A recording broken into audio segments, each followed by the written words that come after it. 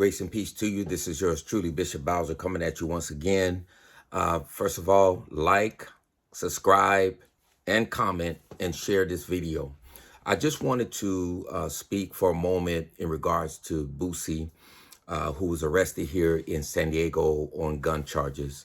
I've seen a couple of videos. I've seen some conversations, discussions on this, and I was pretty much going to just ignore it and move on and so on. But like, really feeling for Boosie, and like, man, somebody should have schooled him on being here in San Diego and so on. And then I saw a video on no jumpers, real quick. So I probably don't understand the whole context of the video. Maybe he did say some things in the video that they should have also published so that we can hear the whole conversation. But the only thing that I heard him say is F San Diego police, right? And because he's out, just a $50,000 bail. I think you might have to only pay like $5,000 for that. And he has a few charges out there on him in regards to this gun charge. But here is my position on it, is that I think, Boosie's making a bad move by saying F the San Diego police. He's really setting himself up, unless they drop the charges. They may drop the charges, because many times I deal with these cases.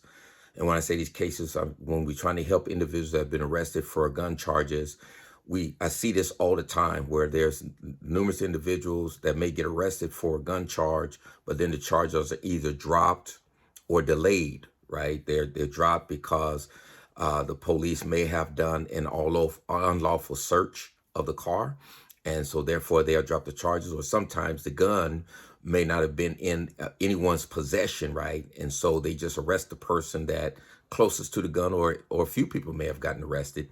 And then what the DA will do is swipe that gun for DNA to see who actually held and had that gun in possession. So from one perspective, that gun, if it wasn't in his possession, it may not be able to be used against him, and the charges could be dropped. And so, and that could happen. Maybe it's already happened. Maybe it could happen as far as the charges being dropped, and good for him if it is, because I don't want to see the brother locked up.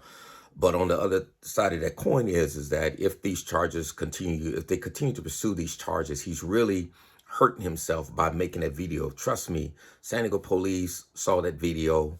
The DA's office saw that video. The FBI and many of these other federal agencies that deal with guns and violence and things like that saw that video, and they work together in a task force.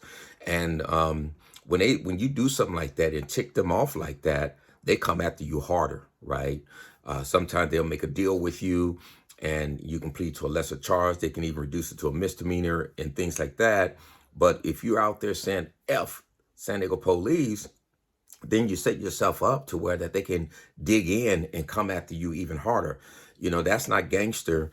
And it's most definitely, when you look at the mafia and different folks like that, man, they stay underground. They ain't trying to be all out there and make all these statements and things like that to hurt themselves, right? And so with black people, we're so, not all of us, but you got a lot of stupid and ignorant, immature black folks are trying to be gangsters out there and really hurting and messing themselves up. And maybe, you are a gangster and violent and all that, but you keep going at the rate you're going to be going away for a long time, if not for life, in prison, especially here in San Diego or California, I would say in San Diego, because they don't play around, and they will lock you up and throw the key away on you.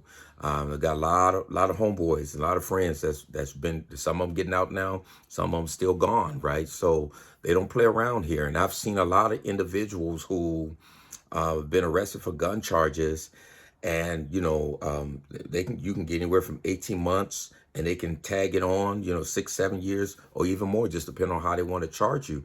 And if the federal government pick it up, it's going to be even more charges. And many times, one of the things that, the conversations that I've had with them is that, there are some individuals that they don't want to negotiate from the perspective of say, hey, a lot of times I say, hey, let them come to my program. If they complete the program successfully, will you drop the gun charges? And what they told me, especially like the U.S. Attorney's Office and so on, is like, there are some of these individuals they want them off the streets, right? And so, Bootsy, if you're somebody that they want off the street, they're going to find a way to get you off the streets, and you're setting yourself up. Another thing I want to say about that, in saying F the San Diego police, is that that's a model and a bad example to our community and to our young people and to your family, right? That's watching this, unless everybody just think this cool. And I say that because, we got to get to a place to where we take responsibility, right? If you're a felon and you don't supposed to have a gun, if you had it, I don't know. So I'm just basing on the information, the charges, and what is out there. I don't have all the facts, so I can't speak on something I don't know. I can only speak on what I do know. And based on what I've seen and so on, you've been charged with this, whether you had the gun on you or not, whether it's your gun or not, you've been charged with this.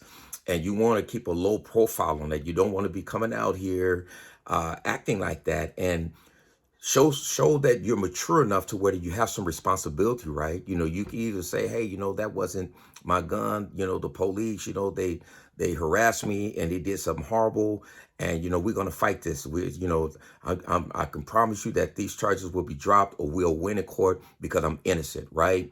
But to come out and say F San Diego police, and things like that, especially if you get that, I don't know, if you had the gun or not, but if you did have that gun, you have to take responsibility and accountability for that, right? You have to be a better example to your fans and to your family and to the people who are looking to you, because by you doing that, you're misleading and leading a lot of other people the wrong way, right? Because you want to blame the system, blame the police, and blame everybody else instead of you looking at yourself and saying, what did I do wrong? What could I have done to not get arrested like that, right?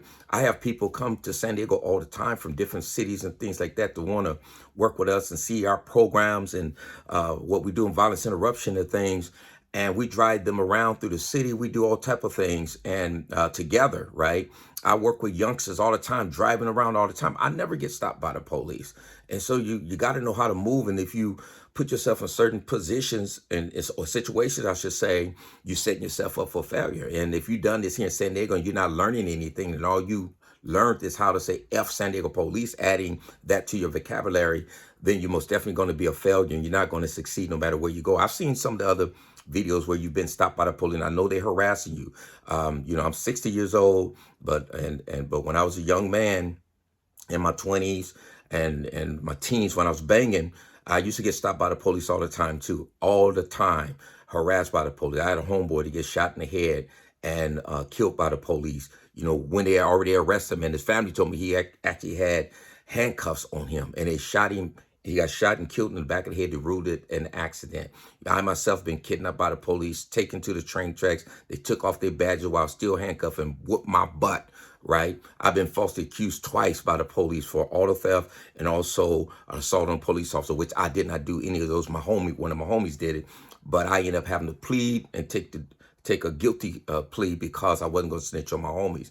And thank God I was a juvenile then, because you didn't have to do a lot of time back then versus what you would do now for assault on a police officer and auto theft and things like that. But, and I've been harassed and abused by the police, and a lot of my homeboys have too. I should say all of them have. And so I'm not saying that that's not justified from the perspective of how we're treated as black men. I remember one time a police officer stopped me and some of my homeboys, and I got into it with the police officer. And I had already filed like 2 complaints against the police, because one time they robbed me and they took all my money, and then the time when he took me to the train tracks, and this police officer snatched me out of the car, and we was in the back of the bumper of the car in the streets because he came up there being disrespectful. I wasn't driving, but he disrespected my homeboy, and I didn't appreciate that. And so I said something, we got into it, and he had me outside in the streets behind the car, standing behind the car, while they were, patting down some other homies. And then the supervisor came, this San Diego police supervisor came up, who I filed charges with. I was a young man. I think I was about 17 or 18 years old. And the police officer came up, and he said, "What's going on, Cornelius?" And I told him what his officer did, right? He went over there and said something to the officer. And then that officer who harassed me, snatched me out of the car and handcuffed me, came over there to me. He unhandcuffed me. And then he apologized. And he said, I'm sorry for the way I treated you. He said, but this is the way I was told to treat you guys over here. So I'm saying that to say that I know we're being mistreated. I know we're being harassed. I know we're being racially profiled. But saying F San Diego police, and I know you're angry, but you got to learn to control your anger. You got to think before you speak, right? Don't let your emotions are in control because of the way you think. So you got to think clearly before you do anything, because where you think control how you feel control how you behave, and how you behave get a certain outcome, right? So I'm just trying to give you heads up and a little warning here, Boosie, that be careful with the rhetoric and be careful with what you're doing, because you can set yourself up for failure. You can set yourself up to where that they really bring a hard case against you and make you do some time. We need you out here to be with your family. We need you free. We need you alive, right? And we don't need all these charges put against you. But you got to take responsibility. If you're wrong, take responsibility. If you're not wrong, then this is not the way to handle it, right? There's a better way to handle it. And say, hey, I'll prove you. We'll find out in the court. I'll prove my innocence. We'll see, in court what really happened there. I'm being set up, framed, or whatever it is, right? But doing that and having everybody else say that, and so we got enough anger. There's enough people that hate the police. I used to hate the police for years and years and years and years and years, dealing with all the trauma, different things that we have to deal with and been through, right? So I'm just sharing my stories because I know I've been through some stuff too. And so I'm not just saying this from somebody that's looking on the outside looking in, but I've been through it. And now I'm trying to help other young men that's going through it now. And I see what they're going through. And that type of behavior is not a good model, not a good example. And you got to take responsibility for your actions if you're wrong, right? You got to, that's not the way to act. You ought to be, and maybe you are telling people in secret, they got me, I got caught, it was my fault. I know I'm a felon, I know I shouldn't have had that gun or what have you, and so on. Or even be in a car with someone that has a gun, right? You got to start thinking more clearly. So you need to really sit down and talk with people who can school you and give you some real game. I'm talking about real OGs like myself and a lot of my homies, stuff that can give you some real game, right? Because people you're around must not be giving you some real game or not looking out for your best interest for either you or them or somebody having a gun in that car, unless you were set up. If you're set up, then I understand that. You didn't know. But if you knew, then the blame is on you. It's not on the police. They doing their job. They supposed to do that, right? And get the guns off the streets and things like that, with all the shootings, killings, and homicides that we deal with all the time here. And so that's what I wanted to just share, with Boosie may not even see this, but if people that know him and in contact with him, just go, no, you have to share this video, but just, school him, help the brother out, because he hurting himself. He's going down a path of destruction, with Charleston White. Sometimes, I have a love and hate relationship with him because he says a lot of things I agree with, but then he does some things like, oh, bro, and I start hating on him, right?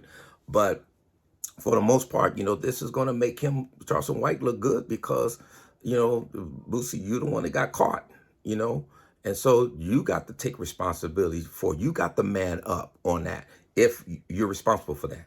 But for sure, this is the way to handle it is not to say F the San Diego police, because you're hurting yourself. You're not hurting them.